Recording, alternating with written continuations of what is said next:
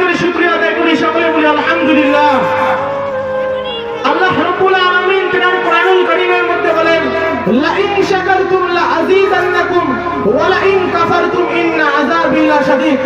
আল্লাহ তাআলা বান্দাদেরকে বলতেছেন, যদি কোন ব্যক্তি আমার নিয়ামত পাওয়ার পর যদি আমার নিয়ামতের শুকরিয়া আদায় করে, আমি আল্লাহ রাব্বুল আলামিন তার নিয়ামতগুলোকে বৃদ্ধি করে দিতে থাকি। সুবহানাল্লাহ।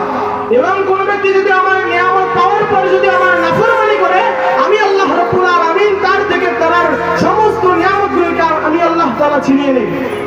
শুধু তাই নয়, ইন্না আযাবি লাশাদীদ, আমি তাকে কঠিন আযাবের মধ্যে নিক্ষেপ করতে থাকি। তো এই জন্য আমরা আবার বলি, সেই মহান রব্বুল আলামিনের দরবারে সবাই বলি আলহামদুলিল্লাহ।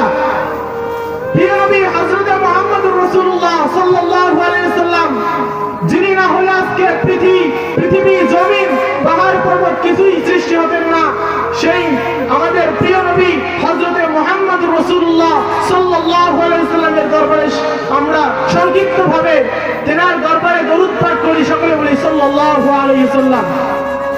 আমাদের প্রিয় নবী হযরত মুহাম্মদুর রাসূলুল্লাহ সাল্লাল্লাহু আলাইহি ওয়াসাল্লাম তিনার হাদিসের মধ্যে বলতে থাকেন, যদি কোনো ব্যক্তি আমার উপর একবার দরুদ শরীফ পাঠ করে, আল্লাহ তাআলা তার উপর 10টি রহমত প্রেরণ করে। এজন্য আমরা আবার তিনার দরবারে দরুদ ও সালাম পেশ করি, সকলে বলি সাল্লাল্লাহু আলাইহি ওয়াসাল্লাম। আমাদের প্রিয় নবী হযরত মুহাম্মদুর রাসূলুল্লাহ সাল্লাল্লাহু আলাইহি ওয়াসাল্লাম তিনার জীবনের মধ্যে তিনি এতটাই দয়াবান ছিলেন, একদিন আল্লাহ রাসূল সাল্লাল্লাহু আলাইহি ওয়াসাল্লাম তিনার দরবারের মধ্যে বসা ছিলেন। এমন অবস্থায় একজন সাহাবা এসে বলতে লাগলেন, ইয়া রাসূলুল্লাহ, আমার 6 বছর পরে 30 পুত্র সন্তান হয়েছিল, এরপরে আজকে কেন জানি আমার সন্তানরা আমার ঘরের মধ্যে নেই, আমি তাকে খুঁজতেছি তারপরে পাচ্ছি না, ইয়া রাসূলুল্লাহ, এর ফয়সালা একটি আপনি আমাকে দিয়ে দিন। এরপরে যখন বললেন, তখন তিনি বললেন, তেনার সামনে যে সাহাবা কিরামরা বসেছিল তাদের মধ্যে থেকে একজন হাত তুলে বললেন, ইয়া রাসূলুল্লাহ, আপনি চিন্তা করেন না, আমি ওনার সন্তান অমুক গ্রামে থেকে আসছি। যখন এই কথাটি শুনলো, তখন তেনার মুখে এতটাই হাসি আসলো, তিনি অনেক খুশি হয়ে গেলেন। এরপর যখন তিনি যাওয়ার জন্য তেনার সন্তানের কাছে যাওয়ার জন্য প্রস্তুতি গ্রহণ করতেছিলেন, এমন অবস্থায় আমাদের প্রিয় নবী হযরত মুহাম্মদুর রাসূলুল্লাহ সাল্লাল্লাহু আলাইহি ওয়াসাল্লাম তিনি তেনাকে ডেকে বললেন যে, হে আমার প্রিয় সাহাবা, শোনো আগে সামনে যেও না, আগে আমার কাছে আসো। তখন বললেন, সাহাবারা বললেন যে, ইয়া রাসূলুল্লাহ, কি করবেন বলেন।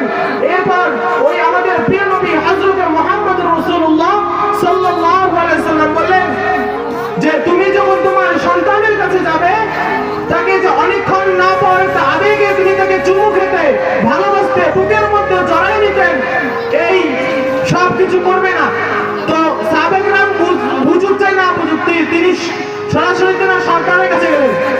তো যখন তিনি সন্তানের কাছে গেলেন, তখন তার সন্তানকে নিয়ে যখন বাড়ির মধ্যে ফিরতেছিলেন, এমন অবস্থায় তিনি মনে মনে ভাবতেছিলেন যে, আল্লাহ রাসূল সাল্লাল্লাহু আলাইহি ওয়াসাল্লাম এই কথা বলার মানেটা কি। তখন তিনি তার সন্তানকে বাসার মধ্যে রেখে আবার নবী সাল্লাল্লাহু আলাইহি ওয়াসাল্লামের দরবারের মধ্যে উপস্থিত হলেন। এরপর আল্লাহ রাসূল সাল্লাল্লাহু আলাইহি ওয়াসাল্লামকে বললেন, ইয়া রাসূলুল্লাহ, আমি বুঝি কিংবা না বুঝি, আপনি যে আদেশ করেছেন আমি সেই আদেশটা আপনার কথা অনুযায়ী মেনে নিয়েছি, কিন্তু এই কথাটার মানে কি। তখন আমাদের প্রিয় নবী হযরত মুহাম্মদুর রাসূলুল্লাহ সাল্লাল্লাহু আলাইহি ওয়াসাল্লাম উত্তরে বললেন, যদি তুমি তোমার সন্তানকে অনেকক্ষণ না পাওয়ার আবেগে যদি চুমু খেতে, তোমার সন্তানের সঙ্গে যারা খেলাধুলা করতেছিল তাদের মধ্যে এমন কিছু সন্তান আছে যাদের পিতামাতা এখন পর্যন্ত বেঁচে নেই, যারা পিতামাতার এখনো আদর শখ পায়নি। তুমি যখন তাকে চুমু খেতে, আদর শখ করতে, তাদের মনটা ভেঙে যেত, তাদের আবেগটা ভেঙে যেত, তখন তারা মনে মনে ভাবতো, হায় রে, আমার বাপটাও যদি বেঁচে থাকতো তাহলে আমিও আমার পিতামাতার এরকম সোহাগ আদর পেতাম। তো আমাদের প্রিয় নবী হযরত মুহাম্মদুর রাসূল সাল্লাল্লাহু আলাইহি ওয়াসাল্লাম এতটাই দয়াবান ছিলেন যে একজন এতিম বাচ্চার দিকে তার নজর ছিল। তো আমাদের প্রিয় নবী হযরত মুহাম্মদুর রাসূল সাল্লাল্লাহু আলাইহি ওয়াসাল্লাম আমাদেরকে এটাই শিক্ষা দেয় যে, মানুষের মনে কষ্ট দেওয়া যাবে না, মানুষের মনে আঘাত দেওয়া যাবে না। মানুষকে যদি তুমি কষ্ট দাও, এর জবাব তোমাকে আল্লাহ তাআলার কাছে দিতে হবে। তো সম্মানিত প্রিয় উপস্থিতি, এজন্য আমি বলতে চাই যে, আমাদের রাসূল সাল্লাল্লাহু আলাইহি ওয়াসাল্লাম যেই আখলাক তিনার জিন্দেগিতে রেখে গিয়েছেন, সেই আখলাককে আমাদের জীবনের বাস্তবায়ন করব।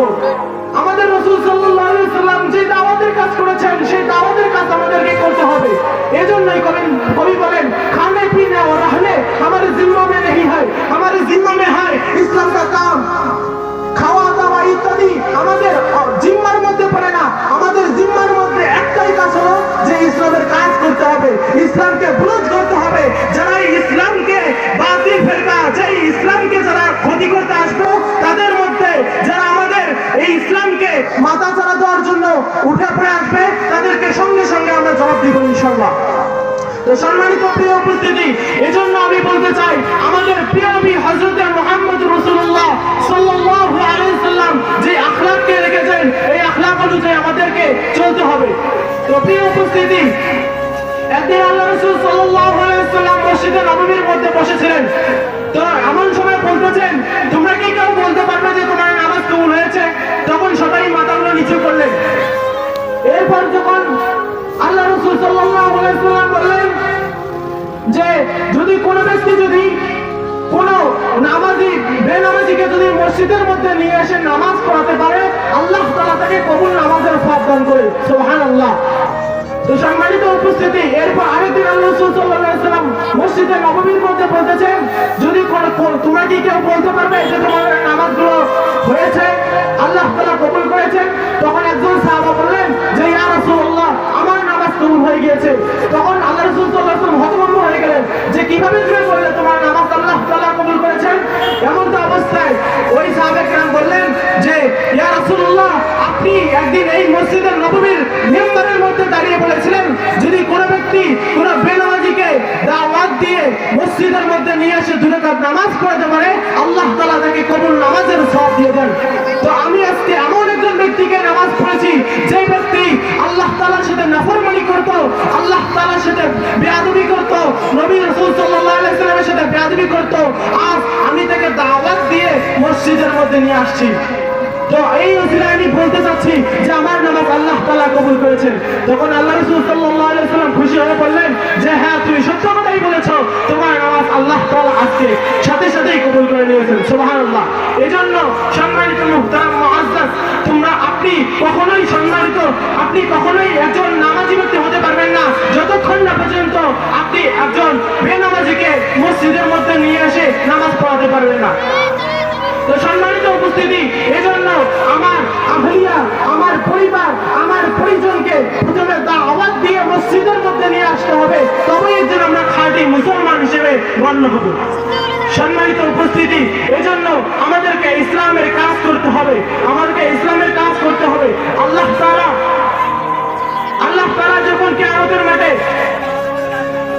ডাক দেবেন একজন ব্যক্তিকে, ডাক দিয়ে বলবেন যে তুমি দুনিয়ার মধ্যে দ্বীনি ইলম শিক্ষা করনি, তুমি দুনিয়ার মধ্যে দ্বীনি ইলমকে শিক্ষা করনি, এজন্য আমি আল্লাহ রাব্বুল আলামিন তোমাকে আজকে কঠিন আযাবের মধ্যে দাখিল করতেছি। তো এই সময় ওই ব্যক্তি বলবে যে হে আল্লাহ, আপনি তো আমাকে জাহান্নামের মধ্যে দান করলেন, প্রবেশ করালেন, আমি মেনে নিয়েছি, কিন্তু আমার একটা আবেদন রয়েছে। তখন আল্লাহ তাআলা বলবে যে তোমার কি আবেদন, বলতে থাকো।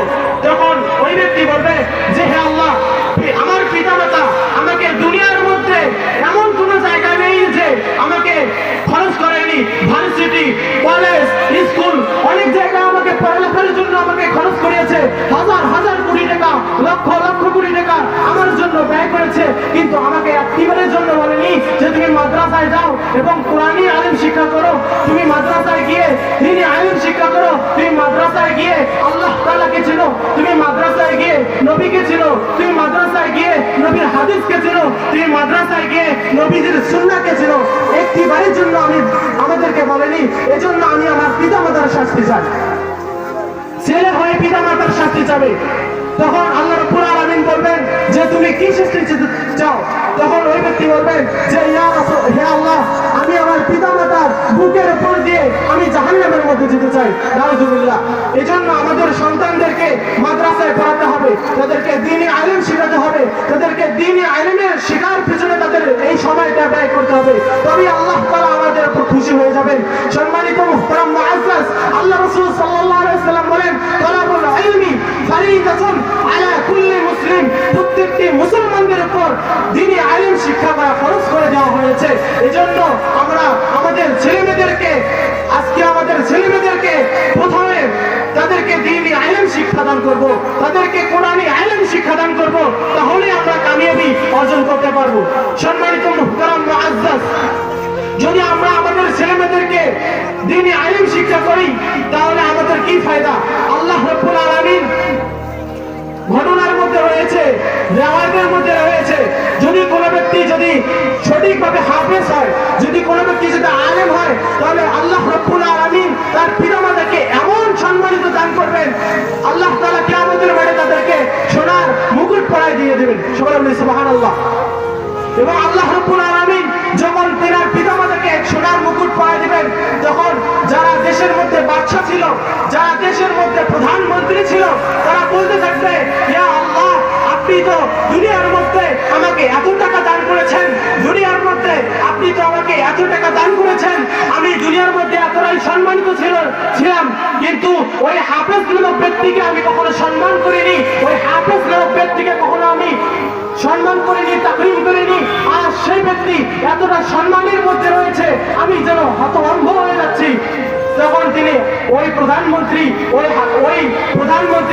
ওই যারা দুনিয়ার মধ্যে বাদশাহিত্ব করেছিলেন, তারা আফসোস করতে থাকবে এবং হাফেজকে বলা হবে যে তুমি একটি একটি কোরআনের আয়াত তেলাওয়াত করতে থাকো, একটি একটা কোরআনের আয়াত তেলাওয়াত করতে থাকো এবং একটি একটি করে জান্নাত দিয়ে দাও। সুবহানাল্লাহ।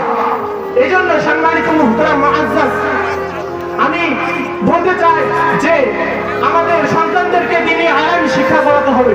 আজকে যদি আমাদের সন্তানকে দ্বীনি আলেম শিক্ষা করতে পারি, অবশ্যই অবশ্যই আমরা কবরের মধ্যে গিয়ে শান্তি পাবো। আজকে যদি আমরা দিনের মধ্যে যদি লেগে থাকতে পারি, তাহলে আমাদেরকে আল্লাহ রাব্বুল আলামিন কিয়ামতের মাঠেও আমাদেরকে দুনিয়াবি এবং কিয়ামতের মাঠে আল্লাহ তাআলা সম্মানিত দান করবে। সম্মানিত মুহতারাম মুআজ্জাজ, এজন্য আমাদের সন্তানদেরকে অন্য কোনো শিক্ষা না দিয়ে আমরা কোরআনী ইলম শিক্ষা দান করব। যাদের আল্লাহ রাসূল সাল্লাল্লাহু আলাইহি ওয়াসাল্লাম বলেন, যে ব্যক্তির মধ্যে কোরআনের কোনো অংশ নেই, যে ব্যক্তির মধ্যে কোরআনের কোনো আয়াত নেই, ওই ব্যক্তি হচ্ছে একজন খোলা উজাড় ঘর, তার ভিতর কিছুই নেই। আল্লাহ রাসূল সাল্লাল্লাহু আলাইহি ওয়াসাল্লাম থেকে খোলা উজাড় ঘর বলে দাবি করেছেন। এজন্য আমাদের মধ্যে দুনিয়াবি ইলম থাকলে চলবে না। আমাদেরকে কিয়ামত কিভাবে অর্জন করা যায়, কিভাবে অর্জন করতে হয়, সেই অর্জন আমাদেরকে করতে হবে। কিন্তু আমাদের দুনিয়ার মধ্যে অনেক মুসলমান বলে থাকে যে আমরা কোরআন মাজিদকে মানি না, আমরা কোরআন মাজিদ আবার নতুন ভাবে করতে চাই। কিন্তু আমি তাদেরকে বলতে চাই, তোমরা যদি দুনিয়ার সমস্ত কোরআন মাজিদকে ধ্বংস করে দাও, দুনিয়ার সমস্ত কোরআন মাজিদকে পুড়িয়ে দাও, তোমরা যদি সমস্ত কোরআন মাজিদকে আগুনে ভাসিয়ে দাও, তবু তোমরা একটি কথা ভুলে যেও না, আমাদের দেশের মধ্যে, আমাদের পৃথিবীর মধ্যে হাজারো হাজারো হাফেজ রয়েছে, তাদের সিনা থেকে তোমরা কিভাবে কোরআনকে মুছে দেবে। এজন্য যারাই আজকে আমাদের এই কোরআন মাজিদকে নিয়ে কথা বলতেছে, তাদের বিরুদ্ধে আমাদেরকে লড়তে হবে। সর্বশেষ আমি বলতে চাই, এই বলে আমি আমার সংক্ষিপ্ত বক্তব্য শেষ করছি। আমার জন্য সকলে দোয়া করবেন। আমি আমার সামনে ফাইনাল এক্সাম, এজন্য সকলে আমার জন্য দোয়া করবেন যাতে আমাকে আল্লাহ রাব্বুল আলামিন কামিয়াবি দান করেন। এই বলে আমি আমার সংক্ষিপ্ত বক্তব্য শেষ করছি। ওয়া আখির দাওয়ানা আলহামদুলিল্লাহি রাব্বিল আলামিন। আসসালামু আলাইকুম ওয়া রাহমাতুল্লাহি ওয়া বারাকাতুহু।